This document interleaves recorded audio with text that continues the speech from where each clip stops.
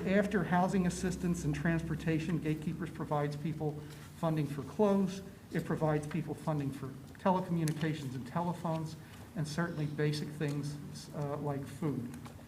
I'm going to refer to the statistics for the first 9 months of the year right now, because that's what I have.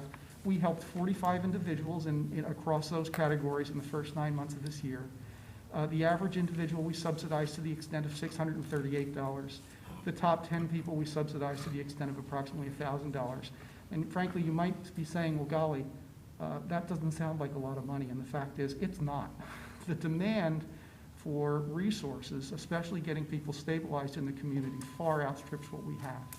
But we're working constantly to try to develop alternative sources so that we can basically give effect to the values and move people from poverty towards economic and social reintegration in the community. And with that said, I think that concludes my comments. And I thank you very much for giving us the opportunity. And we would look forward to your participation, collaboration, even sponsorship. We're always looking for new volunteers. And so please afford us the benefit of bringing people to us, both clients and volunteers both. And we look forward to working with you and serving the community. Thank you. Thank you. So in wrapping up, our workbook has been is written by ex-offenders. It's for ex-offenders, and it's inside some of the prisons. And one of the things that's in there is really how to define someone who's coming out of prison. And most people, I was locked up for 8.5 years. And to be here talking with you guys is amazing, because I would sit in prison knowing I would be 70 years old when I was getting out, and I had no idea what I was going to do. But because of my background, I realized that most of the people in prison that I sat with and had these long conversations all the time never had a chance. If they had, I was a college basketball coach. I owned 3 IT consulting businesses, and I blew my whole life up. And I realized if they had the opportunity I had, most of these people would not be where I was. And I was just determined to be able to do something when I got out.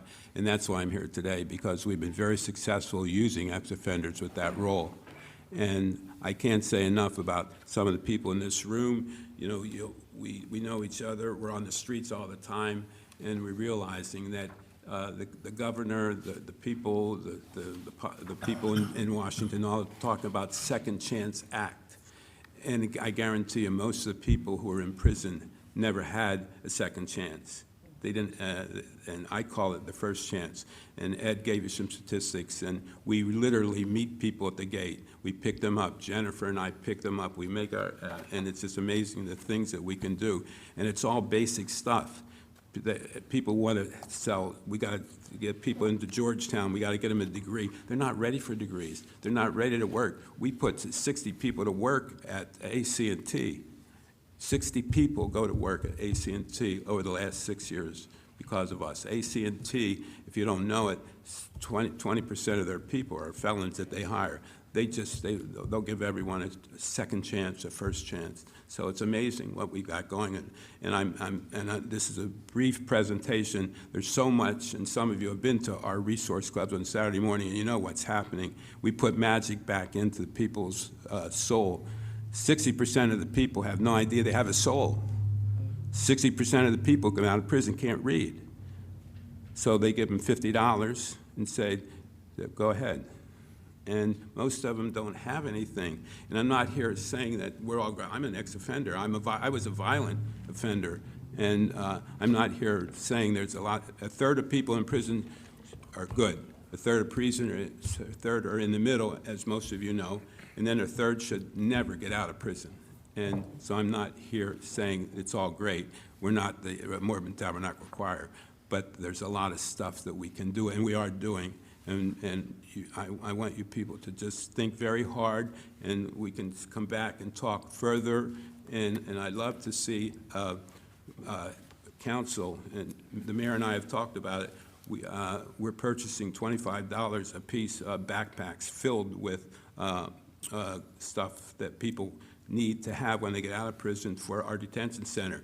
We have 350 people locked up in our detention center. They're all our people. They're all coming back here. They don't have enough people to help with reentry. They just hired another reentry person there.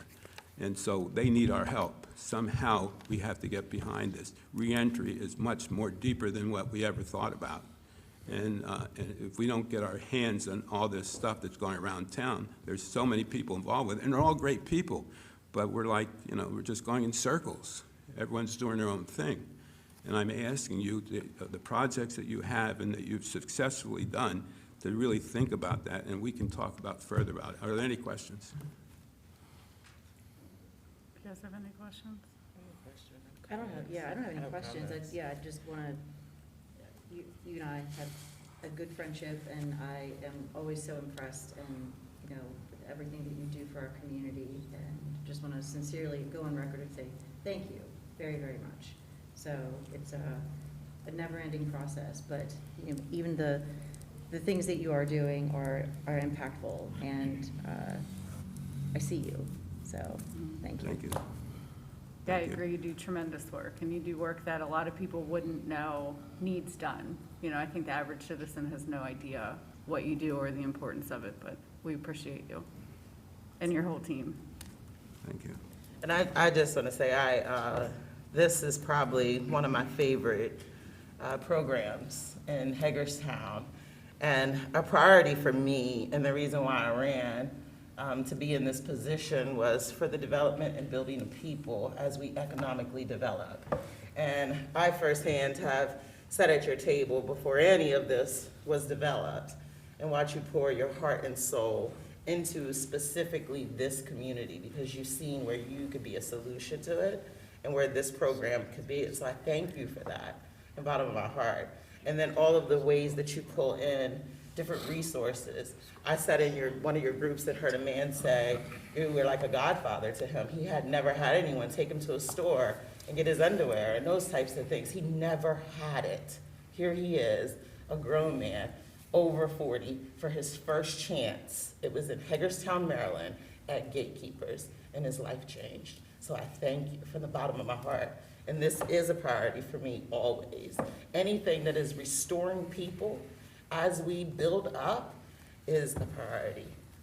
It's necessary. We cannot build and not pour and heal into our people. So thank you from the bottom of my heart. Well, thank you, and thanks for having us. I hope we can follow up on some things. There's a lot more that I have to talk about, and I appreciate your time. And but the person behind me is just dynamite. The Day Reporting Center is just so important. Yes. And she does a great job. Thank you. Thank you, Bill. Thanks, Thank you, Bill. And Ed, thank you. Yes. And Mediation. All right, now we have Megan Willis from the Washington County Sheriff's Office Day Reporting Center. Give us an update.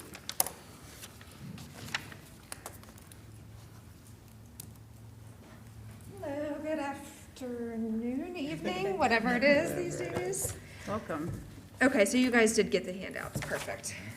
Did you guys get a copy of the PowerPoint? No. So it looks like the PowerPoint might be a pain, so I just want to pass those down for me. You're welcome. I have no idea how many I'm giving you, but there you go. If you need an extra one, let me know. Okay, so like Bill said, it's very fitting that we're both here today because he provides services at the Day Reporting Center for us. The Day Reporting Center is an alternative to incarceration. So we have individuals that are sentenced to the Day Reporting Center. So basically they are sent up, they're transferred. They are not released from jail typically. They are transferred and they have modified home detention and work release privileges. It's voluntary, they do not have to participate, and it is for substance abuse treatment. So they have to have a substance use and they can have a mental health diagnosis. We use cognitive restructuring. All of this is in the PowerPoint, but I'm just gonna kind of hit the highlights here. Let's see. Oh, we are taking individuals that are on probation, which is new for us, due to COVID, from what I understand. People weren't going to court, people weren't being sentenced, so they started to take, and this was before I started, but they started to take individuals that were on pretrial supervision and on probation or parole.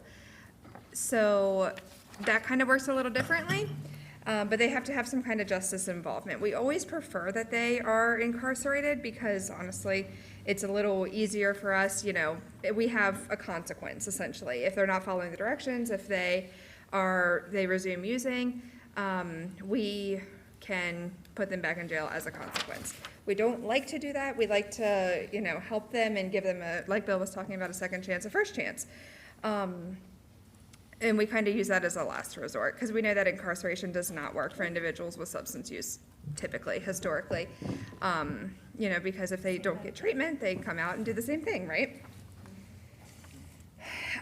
In the beginning, the Day Reporting Center was funded by the Governor's Office of Crime Control and Prevention, as well as the Board of County Commissioners.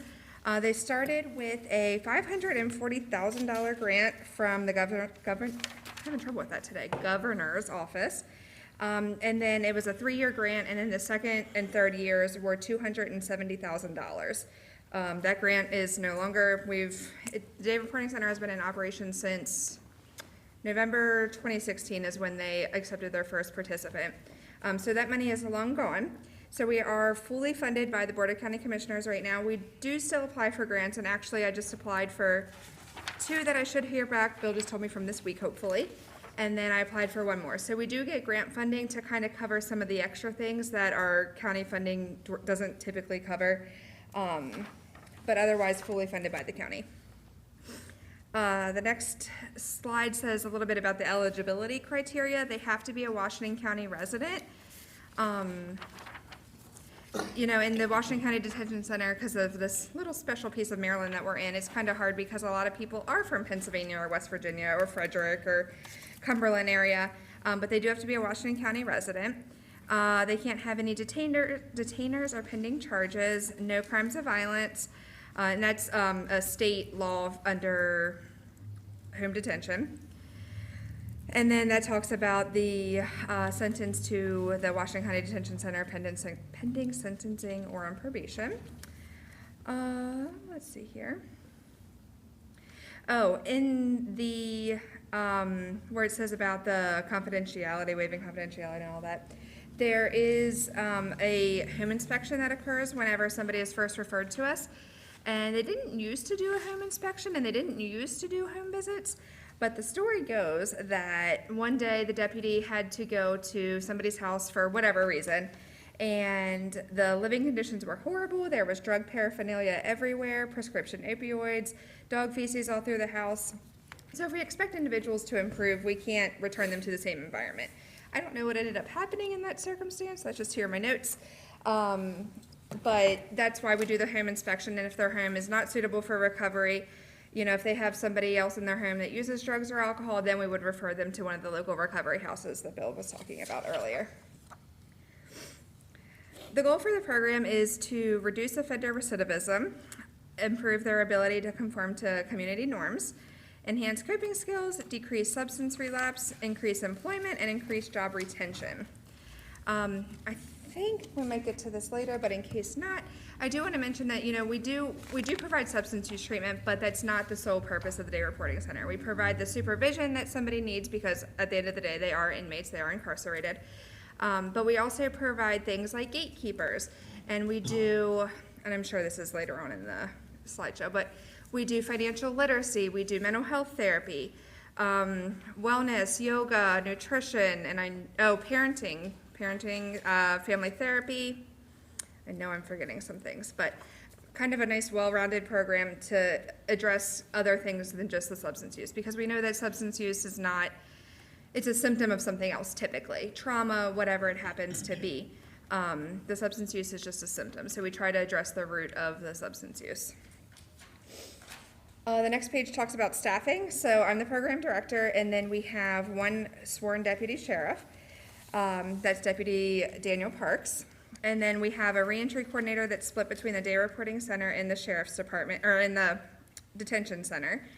And then we actually just began a medication-assisted treatment program at the detention center, which is a whole other story for another time. But we do have an addictions counselor and a peer recovery specialist that were hired to work for the medication-assisted treatment program at the detention center. Their office is up at the day reporting center because there's just no space. And they do perform groups at the day reporting center for us. Our addictions counselor started in November last year, and our peer recovery specialist will begin on the 24th, so we're very excited about that. And she actually went through the day reporting center as well. She was an inmate and was referred to the day reporting center and went through and successfully completed back in 2018, and just got off probation the beginning of December. So we're very, very excited to have her as a peer recovery specialist.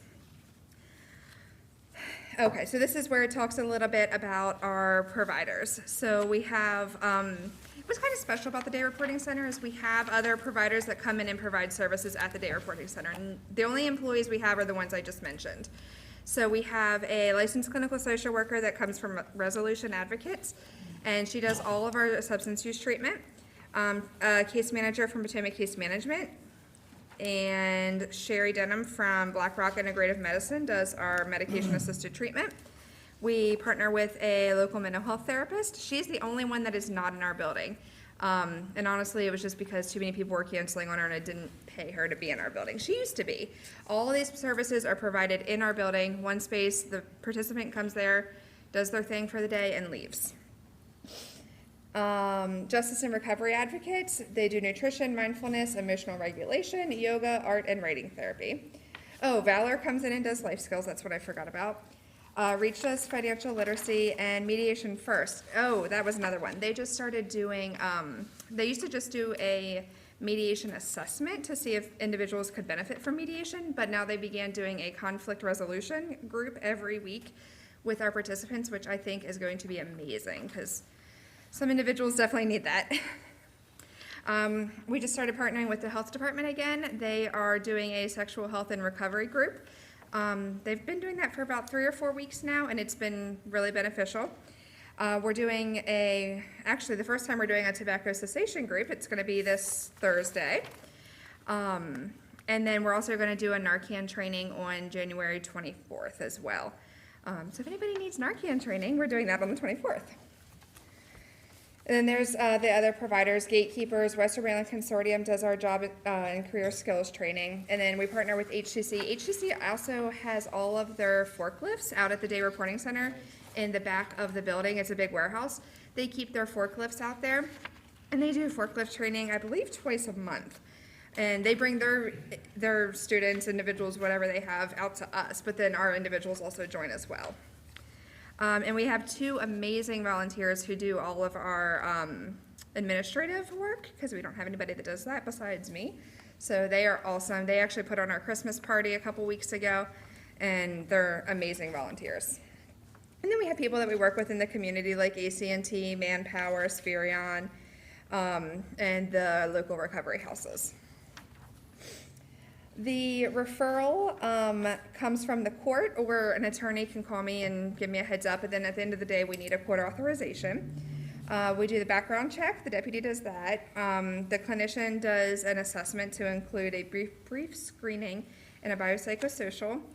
And then the counselor will refer them for medication evaluation, blood work. And typically what will happen is if they're incarcerated, in the detention center, they'll receive a Vivitrol injection before they even come out of jail.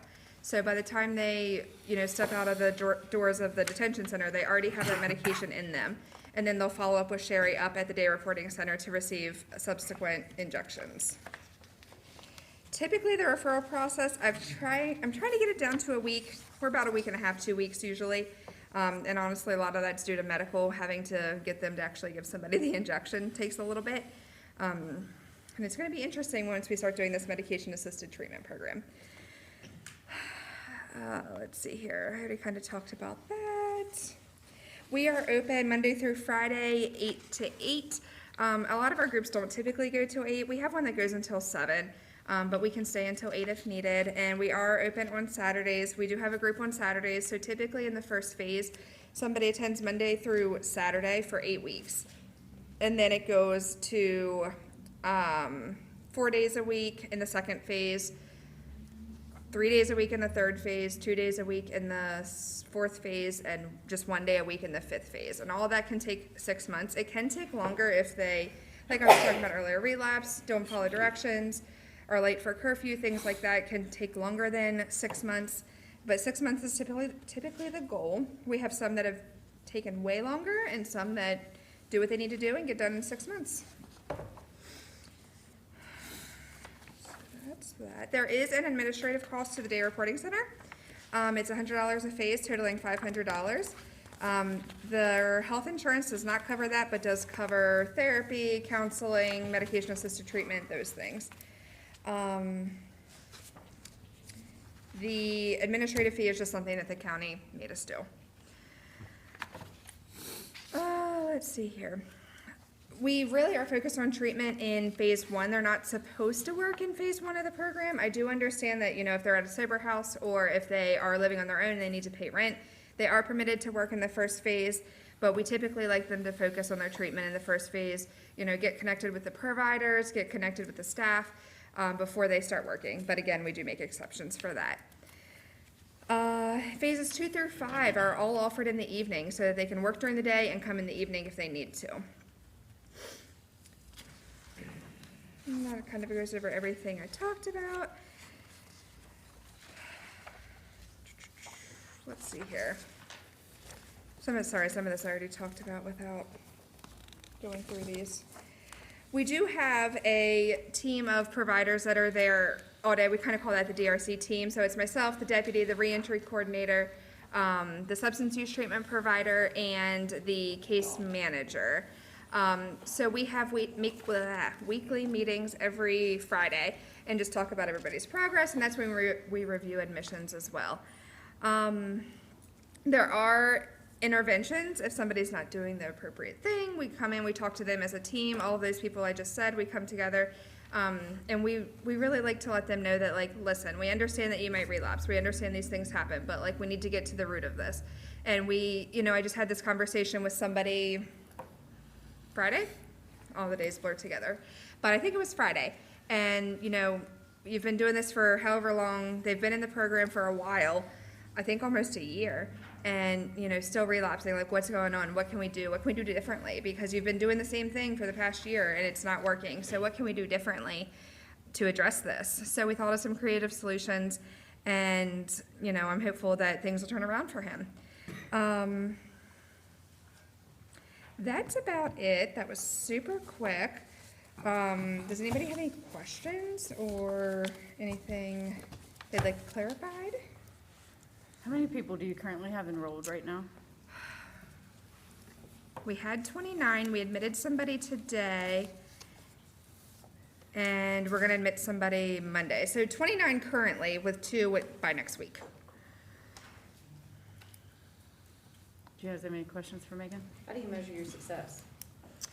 Great question. So a lot of our success is not measurable, unfortunately. So we do measure success by when somebody gets a job. And actually, I'm trying to redo some reports because I have a report that's due at the end of the week. So I don't have those statistics on me. But, when somebody gets a job, we like for them to be employed full-time within 45 days of being admitted. So that's a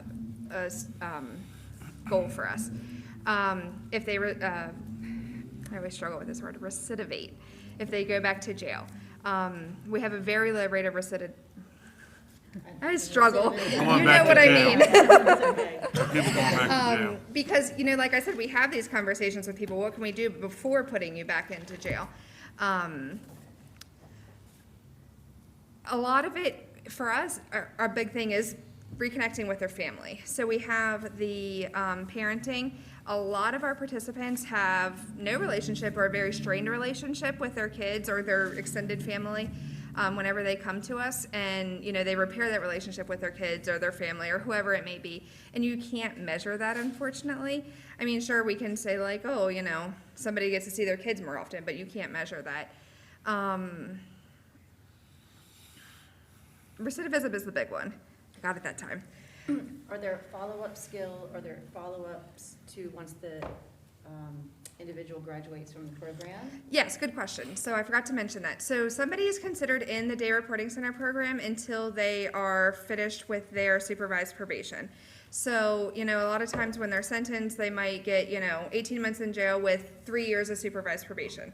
So they're expected to complete the Day Reporting Center, and then after they've finished their 5th phase, they've technically completed the requirements, but then they stay in the program until their supervised probation is over. So that could be a year and a half, 2 years, and it's a service to probation, and it kind of helps the individual out too, because they do have that follow-up like you were talking about.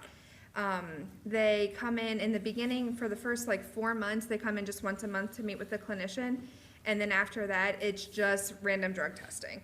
So it starts at once a week, then goes to every other week, and then eventually we have, I think, 2 people right now that are on monthly drug screens. So they just come in for drug screens. But the benefit of that is they feel connected to the Day Reporting Center if, something were to happen. So I like to give the example of we had an individual that was in what we call that continuing care when they're in probation, and just coming for drug testing. She had been on continuing care for a couple months and doing really well, but she was still living in a local recovery house.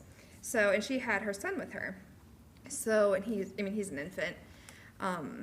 But she wanted to move out of the sober house. So she had never lived on her own before. She went from her parents' house to jail to the recovery house. So because she was coming in and doing her drug screens with us, she felt connected, and she had that support where she could come in and say, hey, I want to move out. How do I do this? So she worked with our case manager and was able to move out of the recovery house, and now has been living on her own since June, I think.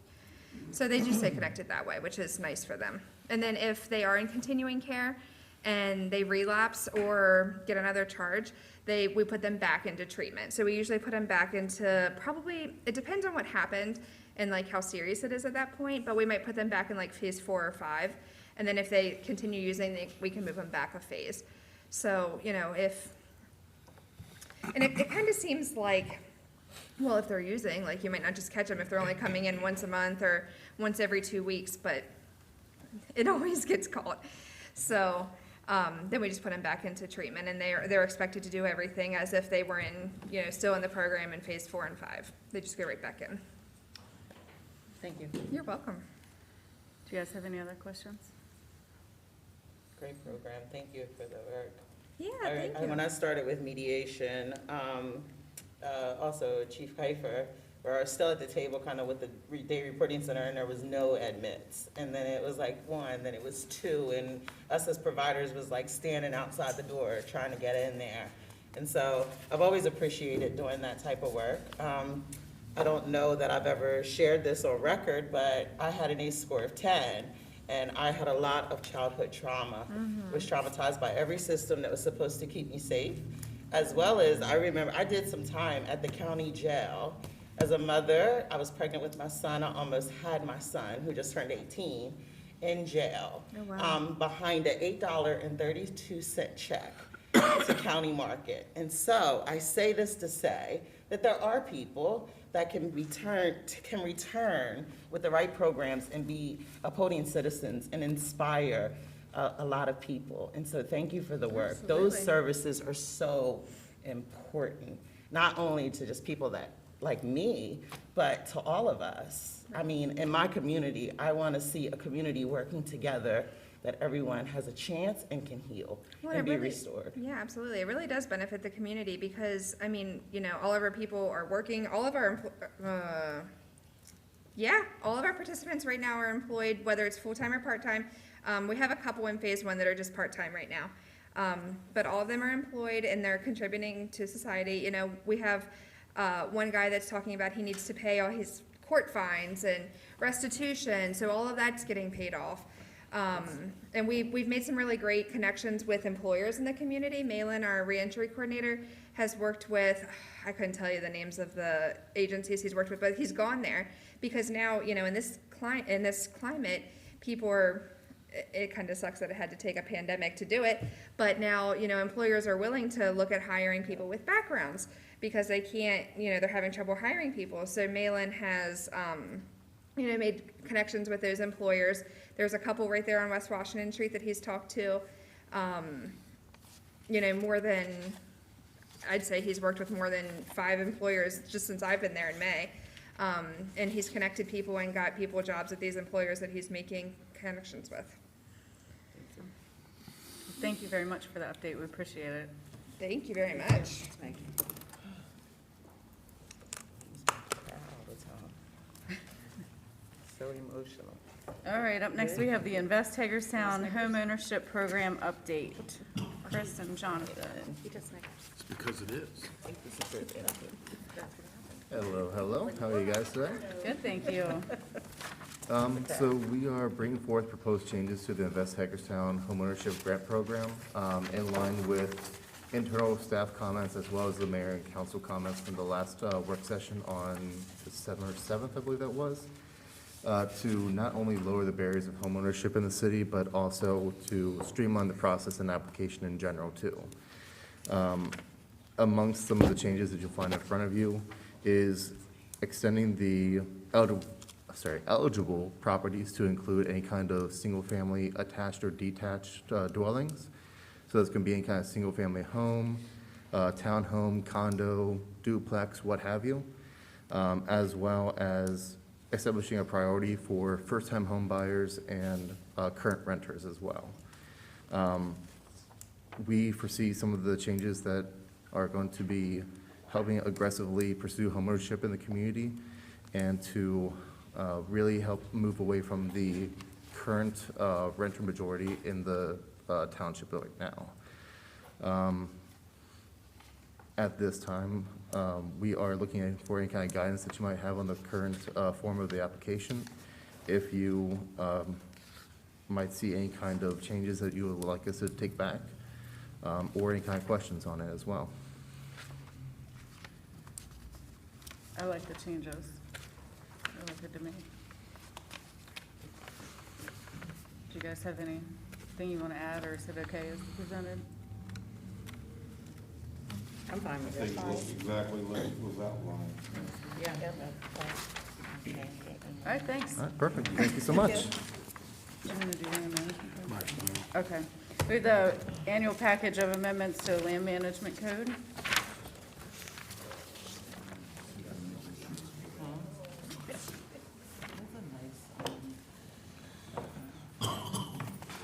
Bring popcorn for this, Steve?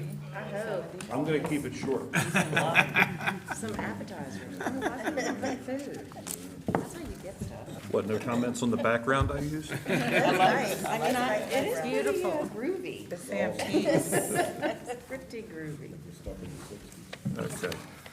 You'll get a more detailed presentation when we have the hearing, so I'm going to be relatively brief here and move through this quickly. We could come to you once a year with updates to the land management code. Those are items that we've identified over the previous year that need tweaking, changing, et cetera. And each year, the package gets smaller and smaller, and that was the intent all the time. It's relatively short this year. We have it broken down into 6 packages. The Planning Commission accepted public comment on December 8th. They held the record open for 10 days and then had a special meeting on December 20th, in which they voted to forward all 6 proposals to you all. 5 of them passed unanimously, 1 with 1 dissenting vote.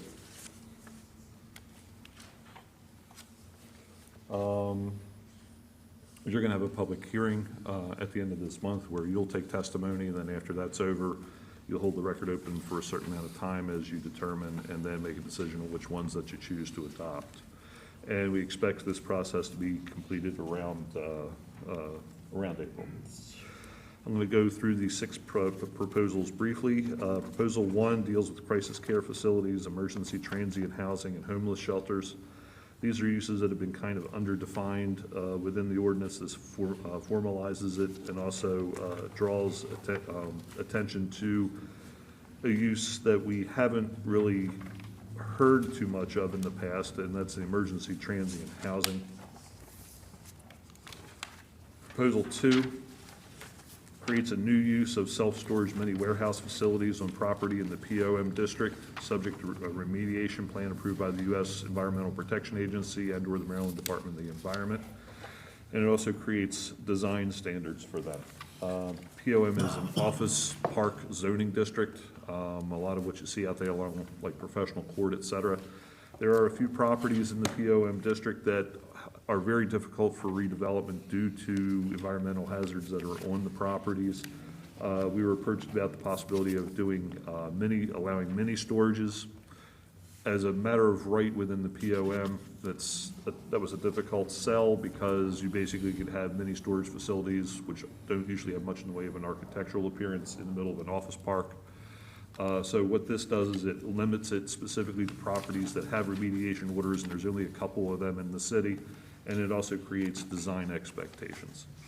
A lot of this is driven around the Pangbourne factory site.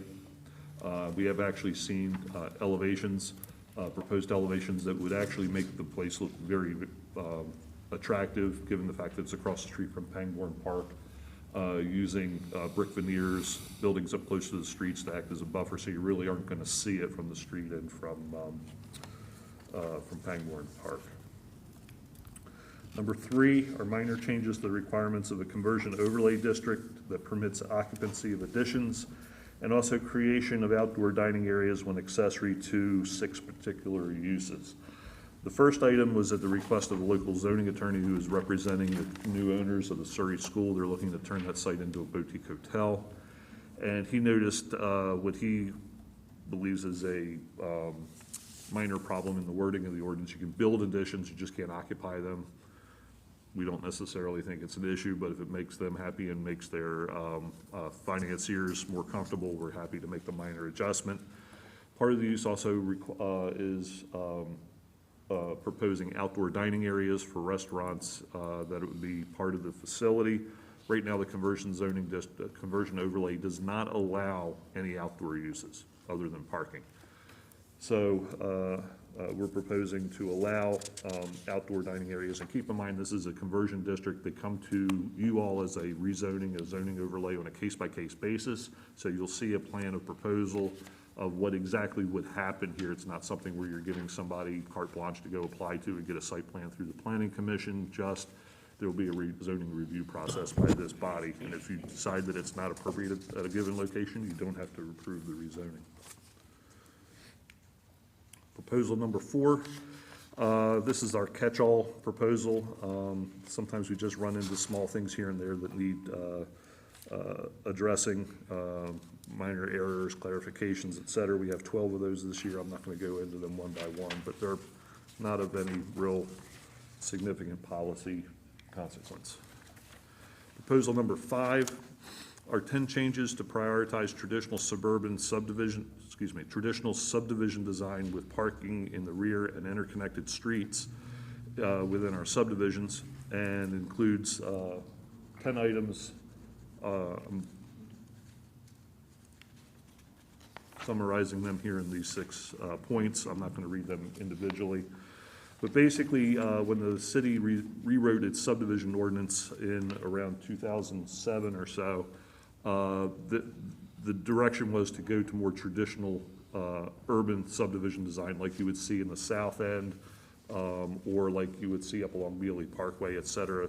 The use of properties that have alleys, rear loads, leaving the fronts as streetscapes and architectural, et cetera.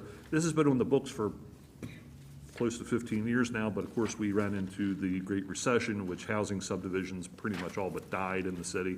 Now we're seeing interest in them, and we're finding, as we're talking to potential developers, there are some things that needed to be tweaked in there, and also put the development community on notice that the traditional design is the preferred or the priority means of subdividing. It does not mean that the Planning Commission cannot approve a more suburban design, but it would be treated on a property-by-property and case-by-case basis given the location and circumstances. For example, there's a property down on Heb Road that the developer is in the process of coming forward with development plans for a townhouse development. Given where its location is, it's surrounded by very low-density residential in the county. There's no potential for it to be expanded into an adjacent property. For the most part, the Planning Commission said, yeah, that makes sense, having the more suburban 20th century design at that location. So we want to emphasize is it does not prohibit the design or the use of suburban designs. And we're providing a few photographs here.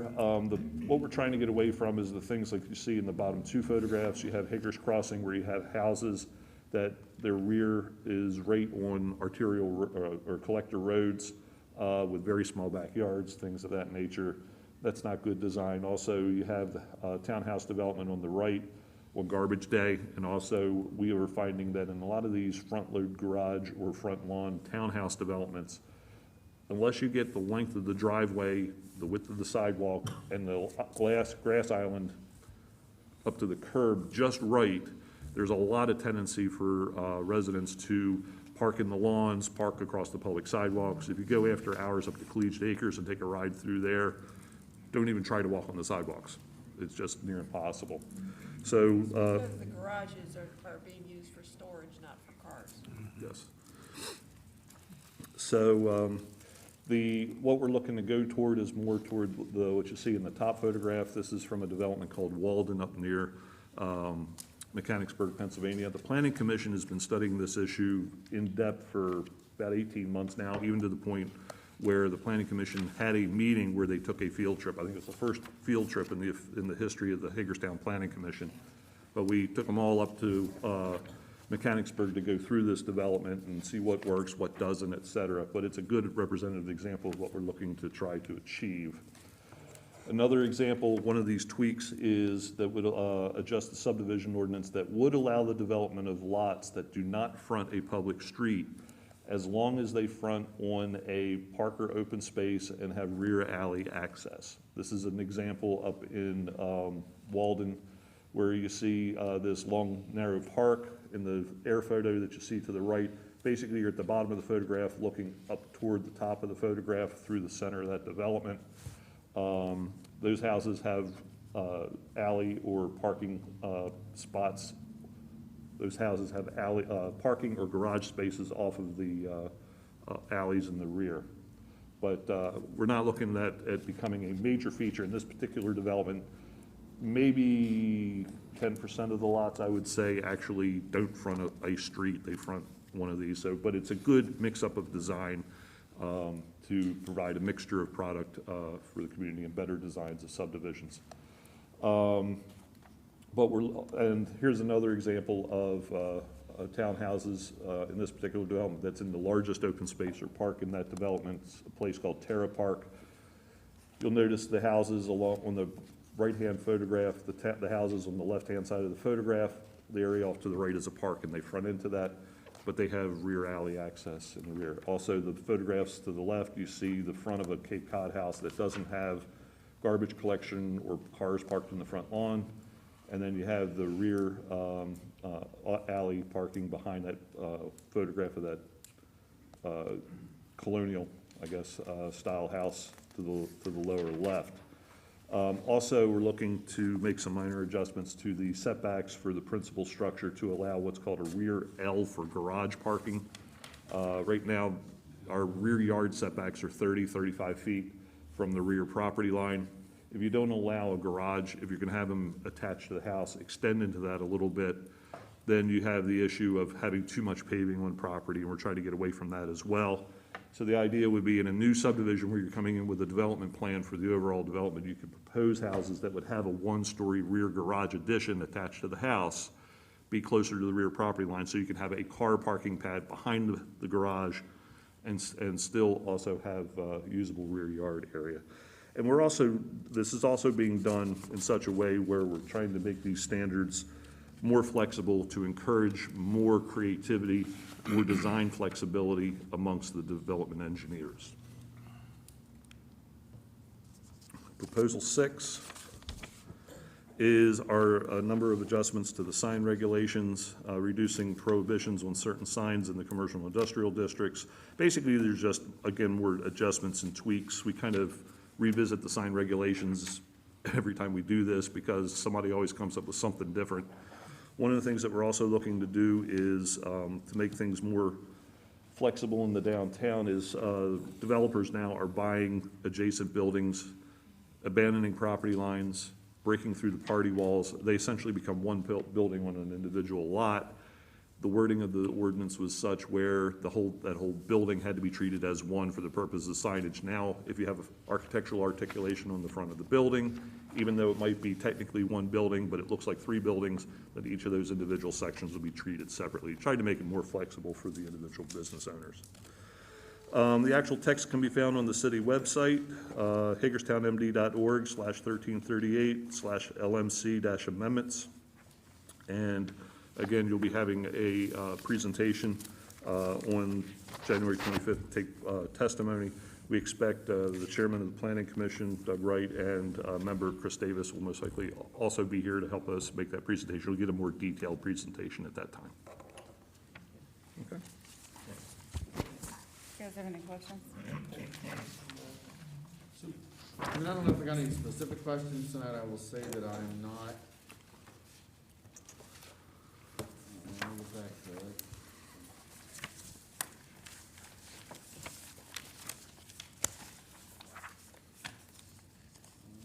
I think it's number 8. Yeah. On page 11, number 8. Okay. I am not following the necessity of that additional requirement.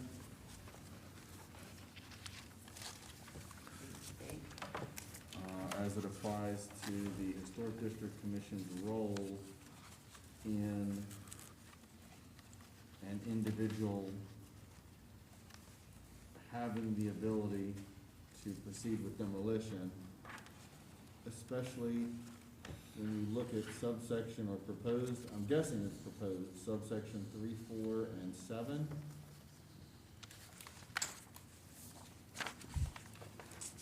And if I read this correctly, now what the Historic District Commission can do is call in the assistance of outside certified consultants to prove that an individual did not adequately prove that there wasn't the expected return on rental, laid,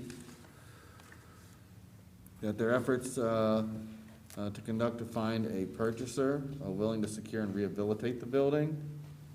And when I read stuff like that, that's a pretty subjective thing for a commission to say, I'm sorry, you can't proceed with demolition now because you don't think you're gonna make enough on renting this building out. We think you are.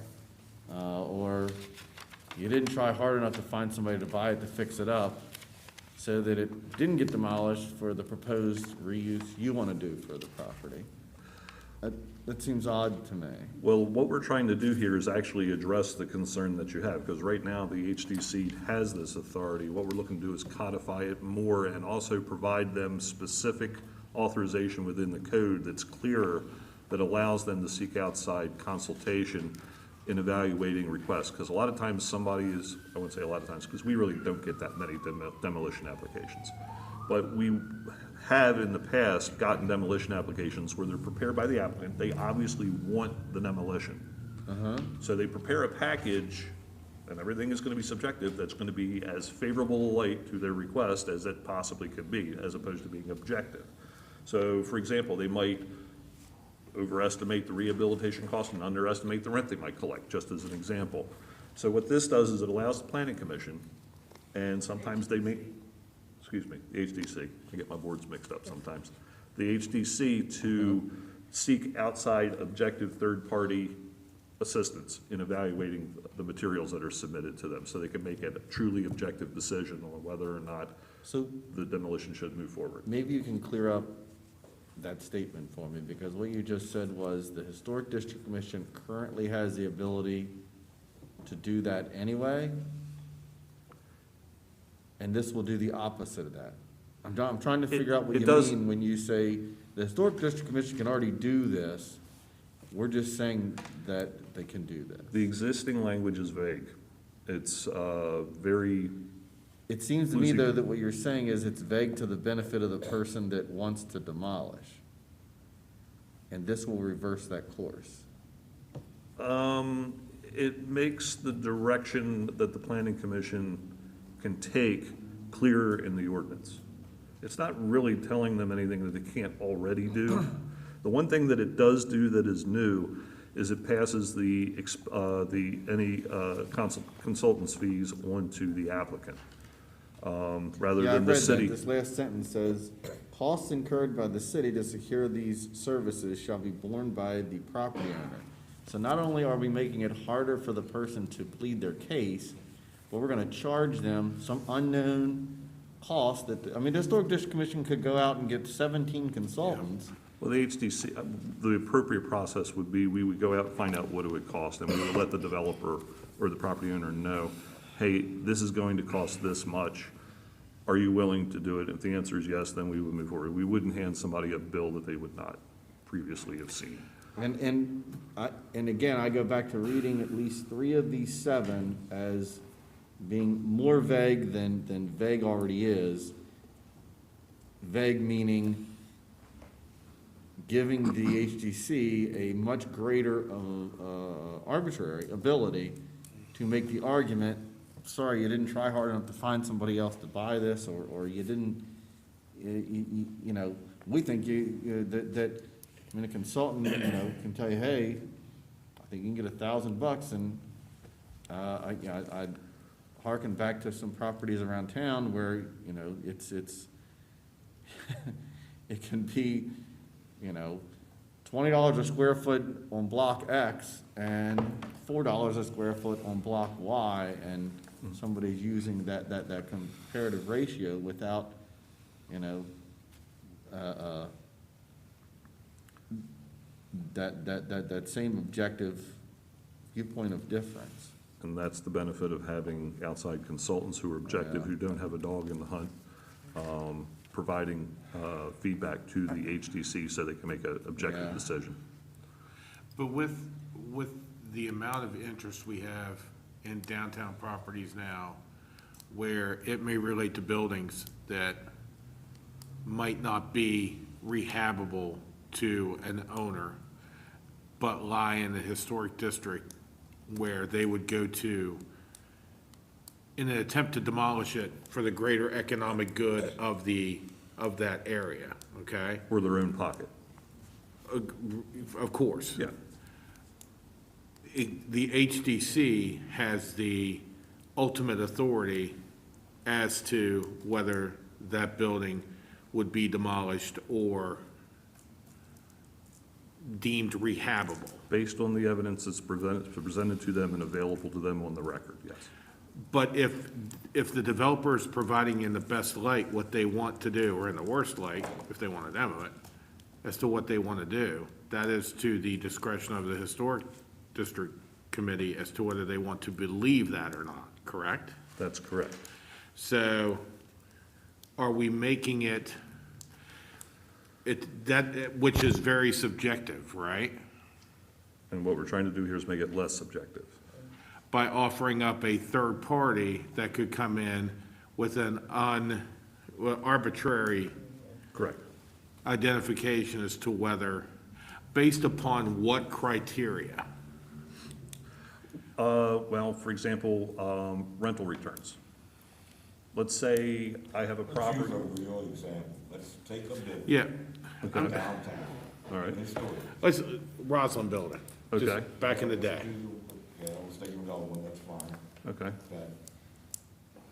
So, let's say I own the Roslyn building, and I say, Ken, and this thing, there's just no way that I can rehab this and get my money back. You know, because it would take 100 years to see the return on my investment, the amount of money I have to put into it. If I come to you with demolition program. Right. HCC then has the ability to go out and get a third party to come in and say, okay, what will it cost to rehab the Roslyn's building as opposed to tear it down? Basically, what they would be is they would hire somebody who would audit essentially the materials of their submission. For example, let's say you're the owner of the Roslyn building, and you submit a package and you say it's just not financially viable.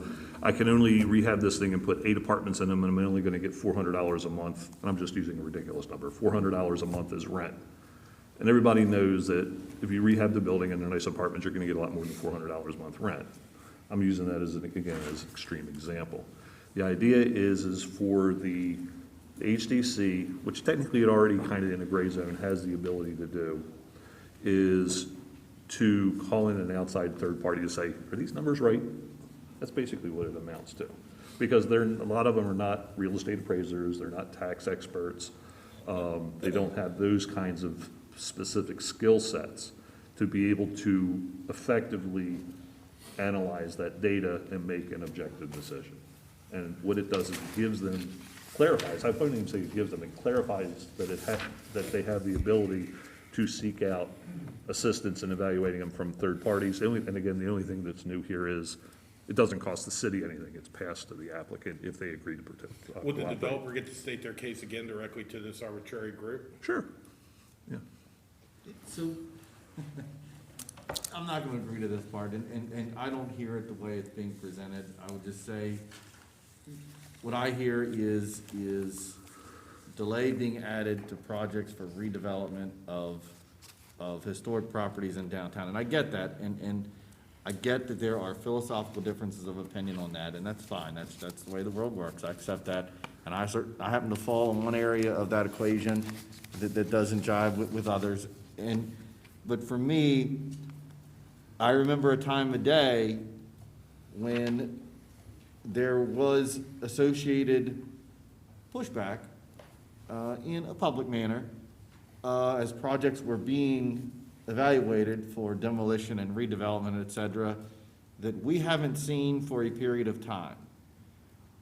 I'm not interested in adjustments to the code that appear in my mind to return us to those times. That's my concern. Okay.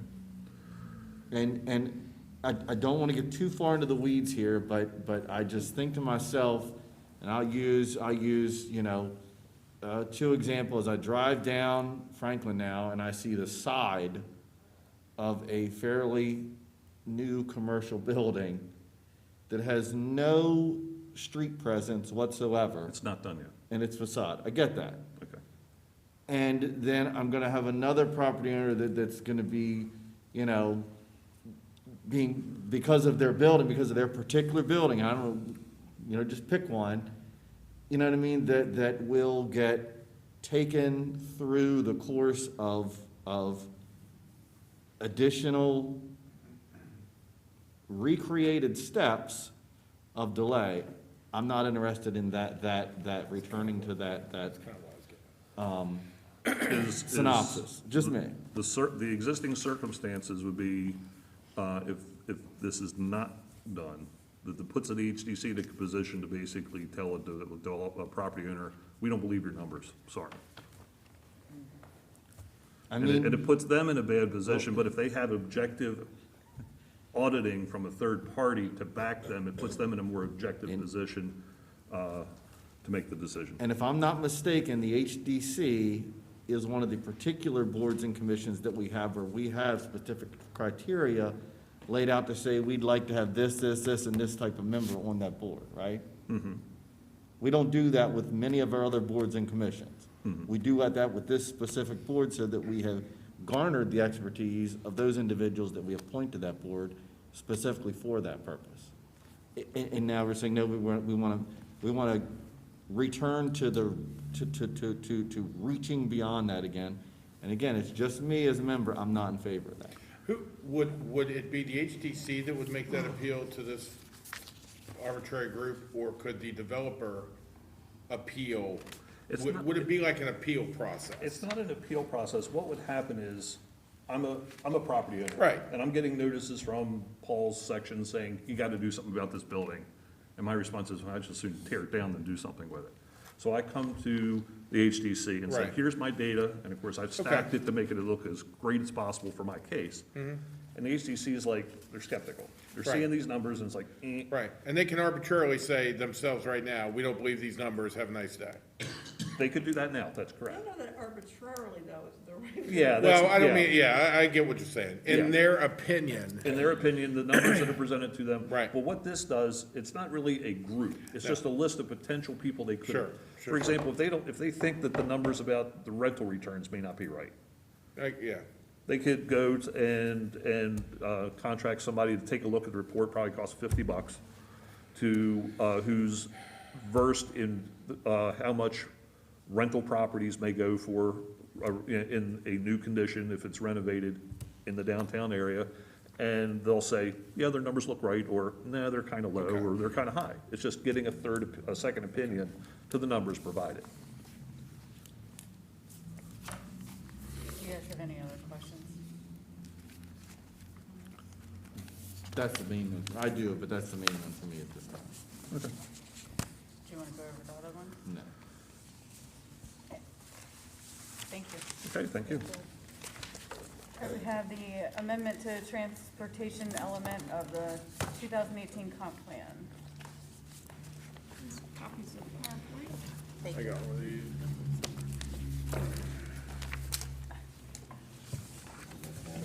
That was a lot faster.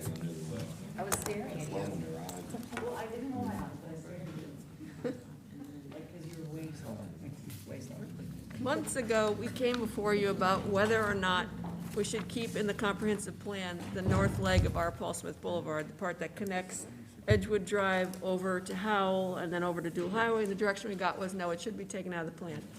And so this is the ultimate end to that conversation, which is actually amending the plan. And since we were opening up the transportation chapter of the comprehensive plan, we took a look at the whole thing. And so, getting ahead of myself. You received a recommendation from the Planning Commission. They had their public review meeting, which is our term for their public hearing, on December 8th. And then on December 20th, they reviewed the input that they had received, which was just a comment from an engineer in the audience that plans are underway to design the R. Paul Smith Boulevard extension, so dual highway on the Harrison land south of Edgewood. Otherwise, they didn't get any input from the public at the hearing or 10 days after. So on the 20th, they made the recommendation to forward on to the council this recommended package of amendments. And so the four main things that we've done here is we're removing the leg of R. Paul Smith Boulevard north of Edgewood Drive, recommending new roadway alignments through this southeast part of the city to open up this land and make better connections. Update the project status of the Hagerstown Eastern Panhandle Metropolitan Planning Organization's long-range transportation plan that was adopted in 2014, and then updating what changes were made when this same organization updated the plan again in 2018, and what that means for the city and the county and how we feel about some of those projects. So that's what we did. This is just a couple of images that shows the R. Paul Smith Boulevard leg that's north of Edgewood Drive is circled on the map on the right. That's to come out. And the image on the left is one you've seen before that shows why it's now extremely difficult to do what that plan was recommending from the early 2000s. These are some recommended other road improvements through the southeast area to open up these farms that we annexed in the 60s. And so that's the little yellow line. You can see the green line is floodplain area. The little yellow is the extension of R. Paul Smith to Heb, the extension up to the dual highway and the intersection that we were talking about with the Kerwood project. And then across the street behind the old IBM building, a road connection there. And then also a connection from Day Road over to the new extension, which would then help out the Redwood people so they could get around to a light rather than doing whatever it is they do now when they try to get out of their development. So we, because this area involves Funkstown, we had a stakeholders meeting and a developer with raw land over there. We had a stakeholders meeting on August 27th with the mayor of Funkstown, David Lyles, who has land that also annexed into the 60s that he's now looking to do something with. And then we invited the county and the executive director of the Hagerstown Eastern Panhandle Metropolitan Planning Organization to the meeting. They participated via Zoom and were very quiet participants. So mainly it was a conversation between city staff, the mayor of Funkstown, and David Lyles, with it being witnessed, as far as we could tell, by a county staff and the executive director of the MPO. So we had discussions on R. Paul Smith Boulevard. There's a lot of challenges with that road down in that area because you have floodplain in the path of the road as it would connect to Heb Road. There's lack of property control between Heb Road and the Lyles Tract.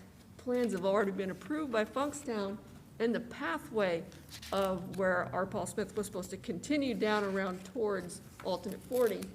And then the traffic challenges, we had a long conversation about the traffic challenges. If we do nothing at all, how is poor Funkstown gonna handle all this traffic over in that area that might be having to funnel in by their statue at light and then go up to Hagerstown or go across over to Oak Ridge? We had a lot of conversations about that. And so then, the county confirmed that their review of the traffic study for the development account that Funkstown approved on their annexation, which is called Beaver Meadows, was that the transportation system in that area could handle the addition of 150 homes. So that's why no other improvements were recommended. Dave Lyles let us know that it's his responsibility to widen Emirate Road from the dual highway to Beaver Creek as a part of his project, which will help, you know, the people getting from his development out to the dual highway. And that the east entrance from his development on Beaver Creek was be emergency access only due to visibility issues. So at the culmination of that meeting was recommendations that we keep Southern Boulevard Phase 2 in the comp plan. That would be, the county, not that long ago, built the extension of Southern from, Oak Ridge up to Frederick Street, and then they built that big circle. The other part of Southern Boulevard is to go from the circle across Antietam Creek and over to Edgewood. And it's a big priority for the town of Funkstown. They really wanted to make sure we kept it in the plan, and it is in the HEP MPO's long-range transportation plan too, and he wanted to make sure the city didn't take that out. And so, we're not taking it out, it's recommended that it stay in there. Also add to the comp plan the extension of R. Paul Smith Boulevard to the dual highway. Add to the comp plan, propose roadway improvements on the Harrison track on the north side of the dual highway, including extension of Day Road. Keep in the comp plan at this time the middle and southern legs of R. Paul Smith Boulevard pending a future traffic study to see about the feasibility of those, given all the development that's been approved since the early 2000s when R. Paul Smith Boulevard was recommended, that's been approved out in the county and approved by Funkstown. And then here's some images. The comprehensive plan has the HEP MPO's 2014 plan in it, and this circled area is the southeast area we're talking about with the road improvements that were recommended, Southern Boulevard and R. Paul Smith. We've added a new map, map 5.5, that would show new recommended roadway improvements in this area. It still shows Southern Boulevard, which is that red line above Funkstown there. Funkstown is in dark gray. If you haven't seen their new boundaries, that's what they look like now since they annexed the land for Beaver Meadow as well as the land that's going to be a town park along alternate 40. The purple box, the reason why the red line for All Pearl Smith Boulevard is going around that purple box, which is land outside Funkstown and outside Hagerstown, is that the county approved a bunch of houses in there. So now if it was to go through that purple box, you'd have to take out one or two houses to allow the road to go through. So that's another complicating factor. So that's why for the purposes of the plan, we showed it going around those purple things. But the other factor is the Beaver Meadows project already has an approved development plan that didn't take into consideration our Paul Smith Boulevard. So that's another complicating factor. So then we put some updates related to the 2014 plan from the MPO. And so to show what's been built since we adopted our plan in 2018 from that MPO 2014 plan. Southern Boulevard Phase 1, as I mentioned, was built.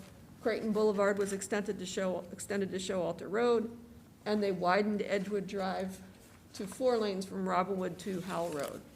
So we thought it'd be good to put that in the plan, if people wonder why does it still say that's supposed to happen when it did happen years ago. And then the MPO adopted a new plan in 2018 called the 2045 plan, and there were 2 projects recommended inside the city which our planning commission does not support. One is widening of Veza Boulevard to 4 lanes, and the other is extending Western Maryland Parkway across the railroad to Railway Lane. That's a lot of money for what benefit? So they don't support that. Then updates related to the outside the city in the MRGA. They removed the recommendation for Robinwood Drive bypass to Maryland 64. That was a much contested neighborhood out there, really hated that idea. So that's been removed from the plan. They added 4 projects, extending the Douglas Drive Road. Colonel Henry Kid Douglas Drive. That's the one. Across Antietam Creek to alternate 40. That would be a very pricey project. You're going across the railroad, across the creek, and across Antietam Creek. And then it's a road that would basically parallel to the north Poffenberger Road. Another road recommended is extending Showalter Road over to Paradise Church Road. That's already partially extended to the east of Pennsylvania Avenue. This would get you over a small creek and over to Paradise Church Road. Construct a roundabout at Underpass Way and Halfway Boulevard. That's at the mall area. So apparently there's still room for improvement there, apparently. And then reconstruct Maryland 65 I-70 interchange. Apparently they've got some more improvements proposed for there. And then they are on the verge of adopting another plan, and our recommendation was not make any more changes to these plans until that's done, and then we can just overhaul the whole section that talks about the MPO's plan to reflect what's gonna be adopted in May. So we're not making any other, we just wanted to update, but not completely scrap what was in there. And,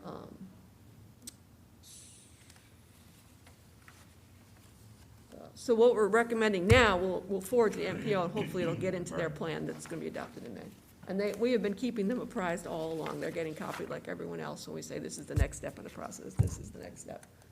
And so then we did the state clearinghouse review, as you have to do anytime you amend your comp plan. You have to send it to the state for 60 days so that they have a chance to review it. We did get comments from them in early November. Some of the comments we felt weren't worth addressing. These two we thought we could address, and so the plan includes, at the request of the Department of Disabilities, we added text to policy 5.6 in this chapter that it's a city goal to fill gaps in the pedestrian network as funding allows, something that we don't always just say the developer's gonna do it. We also chase grants and fill the gaps ourselves because we want to have a better head network. And then at the request of the Department of Planning, we added a new action statement, statement 5.8, that would indicate that traffic studies for the southeast area of the city should include assessment of the comp plan's transportation improvement recommendations for that area. And so we did that. And so the next step in the process is to hold a public hearing at the end of this month on the 25th. Typically leave the record open for 10 days in case people couldn't make it to the meeting, they want to send something in writing, or they watch it on TV and they're like, I got to get something in. And then so that the people still have more chance rather than just saying, here's your chance, now we're done. And then we'll have a follow-up discussion at a February work session based on all the input I'm sure that we will get on this. And then the soonest that you could vote on a resolution to amend the plan, if you are ready, would be at the February 22nd meeting. And it's a one process, not like an ordinance. For a comp plan amendment, it's one resolution and it becomes effective after you adopt it. One and done. Yeah. You guys good with that? Yep. Okay. Thank you. All right, Senate Grove project.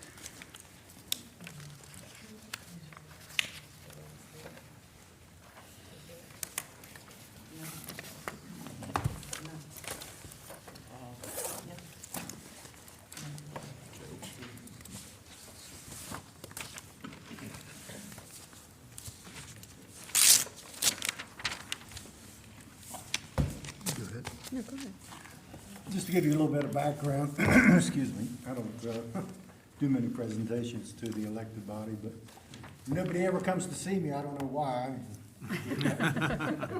You don't come see us? At the end of the day, I'm taking care of stuff. Just to give you a little bit of background, the city has an 8 million gallon wastewater treatment plant down on South Frederick Street, and we treat about 7 million gallons a day. Our byproduct is sludge, and we produce about 35,000 gallons of sludge a day. We put it in a holding tank after it's thickened to about 4% solids, and that's where our contractor, Synagro, takes it and runs it through the pelletizing facility, producing a, for lack of a better term, a fertilizer pellet, because it has some nutrient value. It has nitrogen and phosphorus, and farmers like that, you know, put it on their fields. And it just, I don't think it sells for anything. They just have to get rid of it. That's in their contract. So back in 2013, the city extended Synagro's contract for 10 years. And as part of the negotiations with them, it was their responsibility to basically renew all the equipment in the pelletizing facility. which was about probably $2 million worth of equipment. It was installed in 1988, so it was approaching 30 years, which is typically the life cycle of most wastewater equipment. So the whole project started, it was pretty much three small projects together, because it was all of our sludge handling portions of our treatment plant. They had to hire an engineer, so they solicited prices from engineering firms and contractors. It was a design-build format. And they selected I don't even think it was the lowest bidder. I think it was the most qualified based on their qualifications.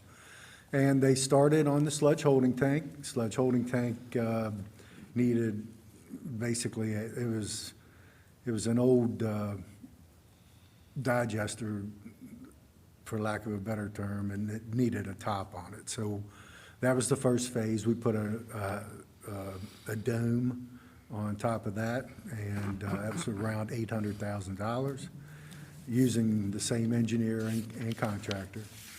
And then after that, the dissolved air flotation building needed to be renewed. That's where you thicken the sludge. You thicken the sludge from about 1% to 4%. And 4% is what they basically take into the facility through the belt filter press and then make pellets out of it by sending it through a drum dryer. So the whole project took about 7 years, and there was a lot of challenges with getting everything to work the way the previous equipment worked. But it was their responsibility. It was their, it was in their contract to get a design build team to get it done. And here we are in 2022. Everything's done, making pellets now. Synagro, stayed with it and got everything to the point where they could make a marketable pellet. And they've submitted all their final invoices from the contractor, and, well, the engineer hasn't really built anything for quite some time because they parted ways, because Synagro wasn't happy with them. But at any rate, here at the end, they have put in a request to be reimbursed for extraneous costs that they didn't bill the city for over the 7 years that we were, building the new facility, or rehabbing it, I should say. And basically, that's what this is about. They've submitted a request for $130,000 to reimburse them for cost that they say they've incurred over 7 years of, trying to execute the contract and get everything done. And they have. I mean, everything is done. And this is what the final closeout is all about. I mean, we just want to, they're still our contractor. Their contract's up for bids, I think, next year. It expires in September of 2023. We would have to give them the 1 year notice. All right. So that's where we're at. Can I say that it's, not cost that they incurred? I can't say that. I mean, they're coming to us and saying, look, we did everything we could, under challenging circumstances. I'm not going to deny it. That is a very, very, very, very, very sophisticated setup out there to get, a 95% dry pellet that you can sell and that you can get rid of. The alternative is that you got to pay $60 a ton to put it in the landfill, and man, does that get expensive. They'd rather do what they do, and that's it, make the pellet and just have contracts with local farmers. Farmers come in with their tractor trailers and they load them out, and that's how they get rid of them. So, you have any questions for me about the So the final payment, Yes. ever, to Centerville on this For this project, project. For this project, that's correct. Yeah. is $187,641.70. That'll be the final invoice, yes. Final invoice. Yes. So you just need approval for the 137. Yeah, that's the portion that's never been approved Right. yet. It'll be on. And that'll we be have- on for regular. For consent Final agenda. answer. That's my final answer. I would share, And Centerville goes, we never have to, because I think we've been talking about this since I started here 18 years ago. yes, I would share that the financial commitment that has been made by the city is $11,210,983 for these upgrades. So it's been a very expensive project. And would also share that, that we were able to work through 100% of the invoices from project inception to current. And one of our concerns was there were some discrepancies, so we were also able to get a release of liens or a waiver. So any discrepancies that exist are between the general contractor and Synagro and not the general contractor in the city. So we are legally protected there as well. We were able to determine that the final invoice is primarily a release of retainage. There is some equipment cost in there, about $26,700. No, I'm sorry, it's around $15,000, and then there's about $26,000 in additional engineering costs that are being billed back to the city. So we were able to shake it down so that if we needed to sit down with an auditor, if this project was pulled, that we could do that and just literally lay everything out and defend 100% of our expenditures. So I would share that with you as well. But this is final. This will be final. Are you Done. guys good with the 130? Yes. Maybe don't call it a shakedown. What'd you say? And maybe don't refer to it as shaking down. In a government, yeah. Thank you, guys. Thank you. Thank you very much. Start calling you Tony instead of Joe. All right, lastly, we have the helicopter Vietnam memorial discussion. Jim, do you want to join us?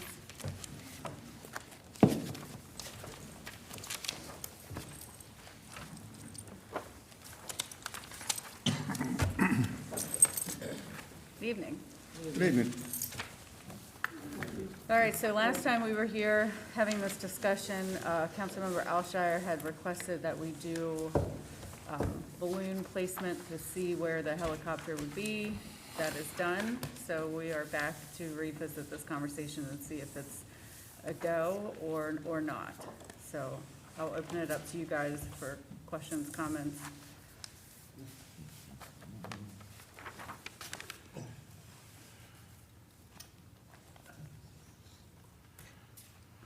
Anything?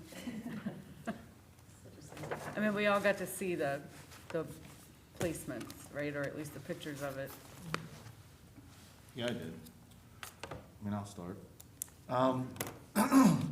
So the placement for me and the height, I was able to go and look at it, you know, when it was up, get out, walk around, go over to the park and view it from the Hager House, which was a concern of mine.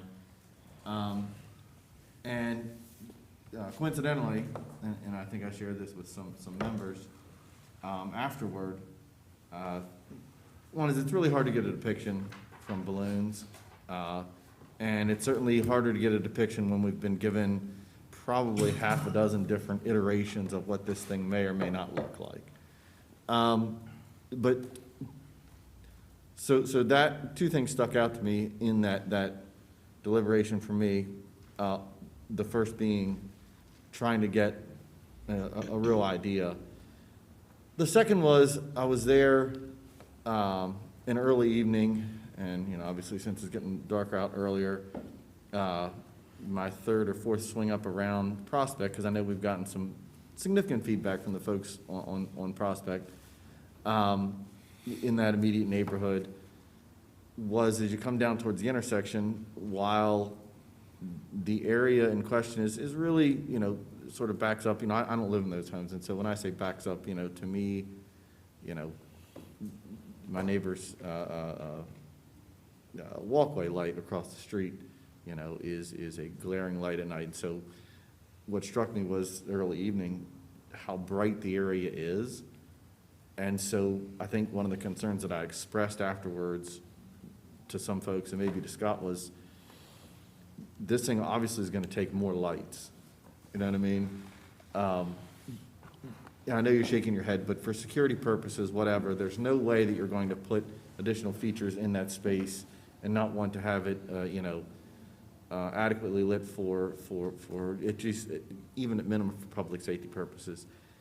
So I think that's a concern that I had afterward, was more so just how bright the area already is in the evening hours for folks that we hear from in the neighborhood. And again, I don't live there, so I don't have to, absorb that impact on a regular evening basis. So, and I think that since that time, and there's no real easy way for me to say this except to say since that time, we've obviously been, we've received communication from folks, even this week when I came in. And so we've had folks come in and speak, we've had folks come in, and I think it struck me a little bit, and I don't know whether it was our last meeting before the end of the year, just how much consternation,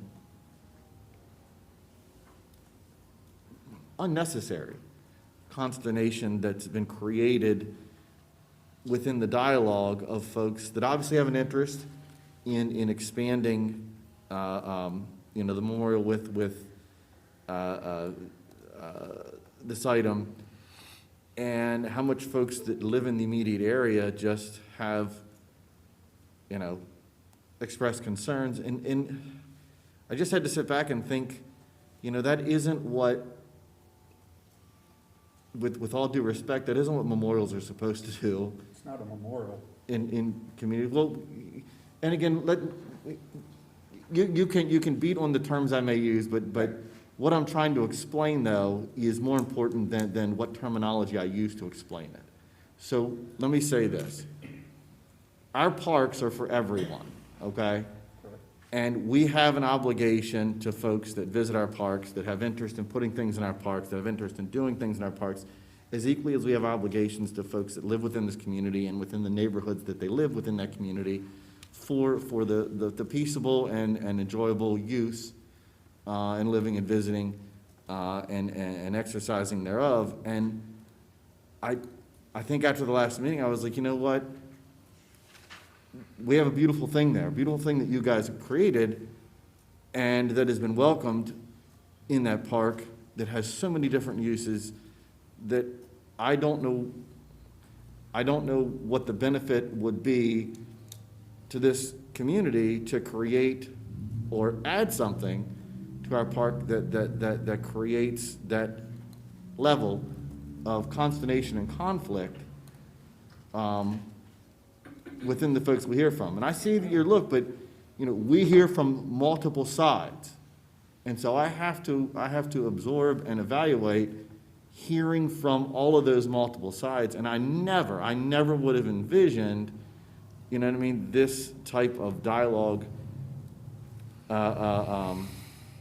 resulting in this level of consternation over this long a period of time for something that probably on every side of this equation, the person looking at it can say, well, it's just that, it's just that way because you view it plainly that way. And I don't know that I have an interest in committing to an effort that is going to or is, not going to, but is having an effect that I don't think that we strive to achieve when we do take on those efforts in those community spaces. So that's my 2 cents on it. I don't know whether that convinces me to be one way or the other, except to say that I would not have envisioned it having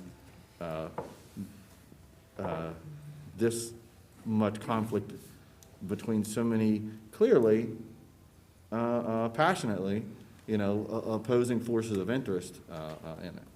And it's odd because this isn't something the city's proposing. It isn't something we've put forth to do, and so I think that makes it even a little more difficult for me. Maybe a comparative thing, and I just got a call today,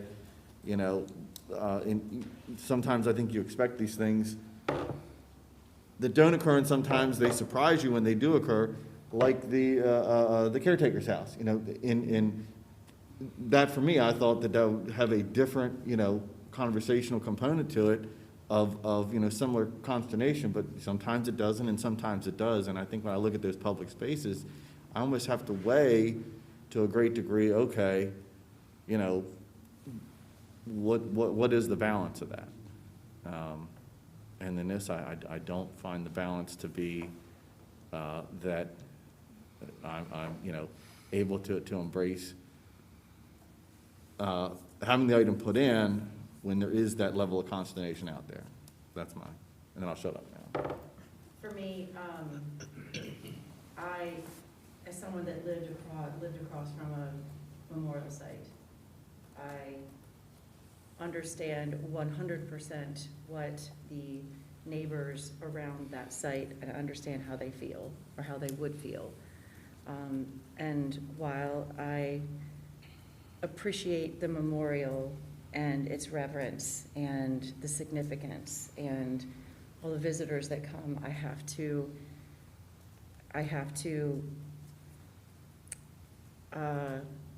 focus on the neighbors that live there, because I'm one of them, not in that area, but across from another memorial, and I know what that would do. And like Kristen said, the consternation, if that was on Neely Parkway in that neighborhood, it'd get the same reaction. So that's my 2 cents.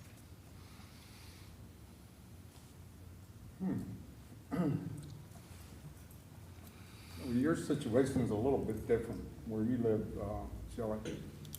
I mean, yeah, it's right beside them. What we're talking about is people that live 200 and some yards up on the top of the hill, which from my understanding, a lot of it's apartments. There is a couple houses there on Walnut Street.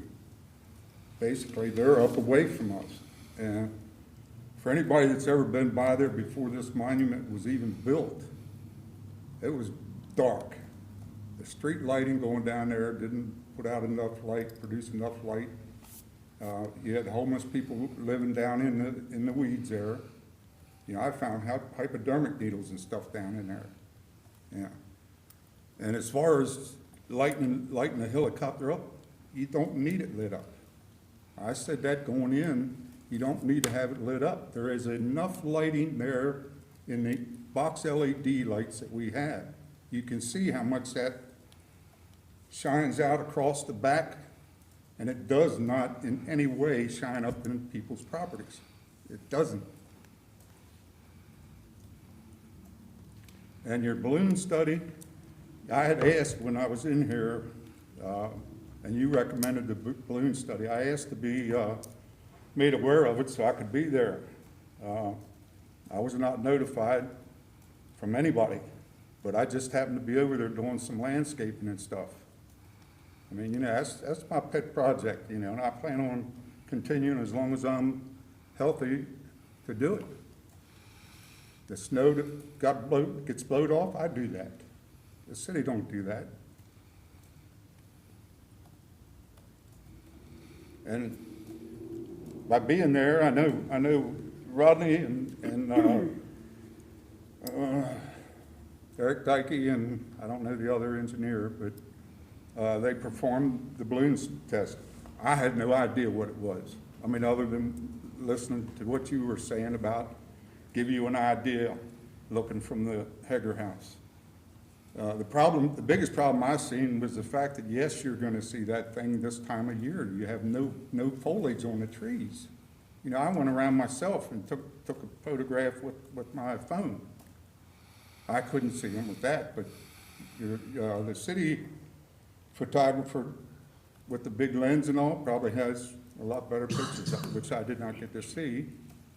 And then getting opposition letters, are you getting letters of support? Oh, definitely. I think I've said, I'm definitely getting communication on a regular basis from people that are passionately,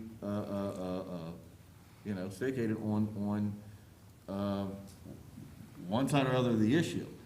For me, I think, and I'll reiterate, I went down and looked at it, and I think I've said to you, I didn't have any real issue when I went back to the Hager House. I didn't really have any real issue when I was across the street, and it's difficult to get that with the balloon. I think I've said that. It's difficult to understand that with the iterations we've given.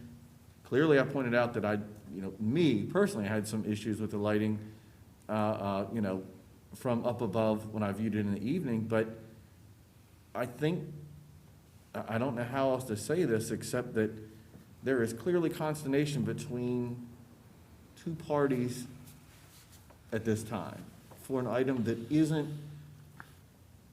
a city project that's being proposed by the city. To me, it would seem appropriate that there would be reconciliation between those parties before I would have, a greater inclination. And I think that's why I've said, I don't know that I'm a yay or nay, except to say that I would believe that those parties could get together and find some resolution and common ground on it. I don't know that given the level of those passionate beliefs on both sides that exist at this moment, that I'm to be the arbiter of that. Well, I caught Plank yesterday, because I have, I've looked at done some research and looked at some other monuments, to Vietnam veterans and to some memorials for Vietnam veterans. He knows, that, when, at our meeting in December, when the woman spoke about, a solemn sight, going there and having a spiritual connection and those kind of things, resonated with me, I have to admit. And I also know, and I've told Pike this, that I will not be the individual that says no to this, because, as you pointed out, this is not our project. It's not my monument. This is for the Vietnam veterans. And I'm not going to be the person that stops it from happening. Although I did speak to Pine about maybe trying to find something else that could maybe have Toby Mendez do a statue or something of a soldier, Vietnam soldier or two, or something like that, as opposed to this 40-foot helicopter that'll be sitting there. So, but again, I won't be the one to say no. I just hope that if it does move forward, that it doesn't make too many people angry. So. I think my wife had a couple comments. Would she be allowed to give her comment? Yeah, that's fine. If not, I can come back another time and sign off. No, you can go ahead now.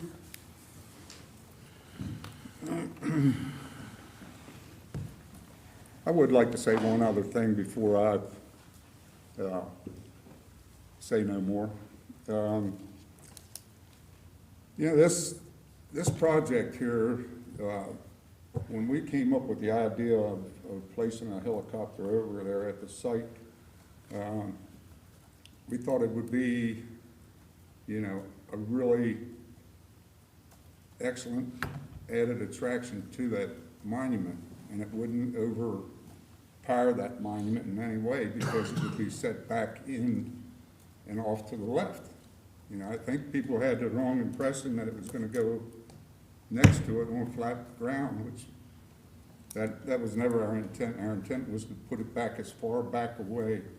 And the average person that drives down that street's going well over the speed limit, they're not even looking over there. They will not even see that thing.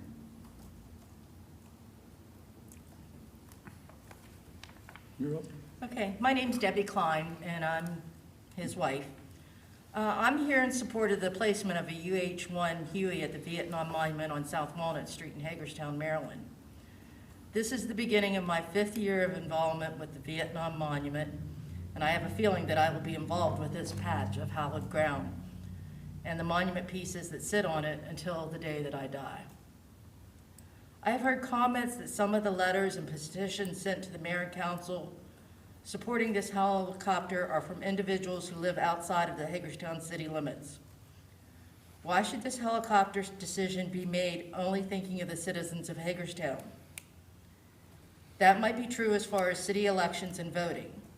However, I do not remember asking anyone who wanted to make a contribution to this monument being asked whether they lived in Hagerstown or not, and accepting monies from people who live outside of the boundary. We stressed during the 2 long years of fundraising that this monument was for all veterans who served in the Vietnam War era.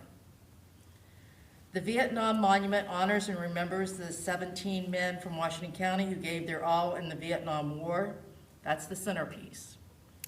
The South Side Wing represents the men and women who actually served in country. The North Side Wing represents the men and women who served their country during this time period, regardless of where they were stationed. It also recognizes the sacrifices that the families of these men and women endured while waiting at home, eagerly awaiting news of their loved ones. It's not like today. We sometimes didn't know anything for months. This section of Hagerstown Park does offer a place for silent reflection, for remembrance. If you have ever been to one of our ceremonies and the moment of silence is being held to honor our veterans no longer with us, the silence is deafening. It is peaceful. It is humble. That is one of the things this monument was designed for, a place to remember the sacrifices made by others for their country.